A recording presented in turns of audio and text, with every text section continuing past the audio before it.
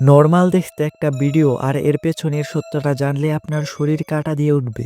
এটা কোনো সিনেমার কাহিনী না, একদম বাস্তব ঘটনা।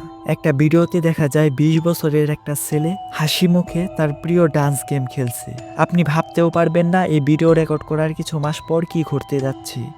একদিন সকালে সেই ছেলেটা ঘুম থেকে উঠে চুপচাপ তার মায়ের ঘরে যায় আর ক্যালিবার 22 পিস্তল দিয়ে সরাসরি 4টা গুলি করে নিজের মাকে।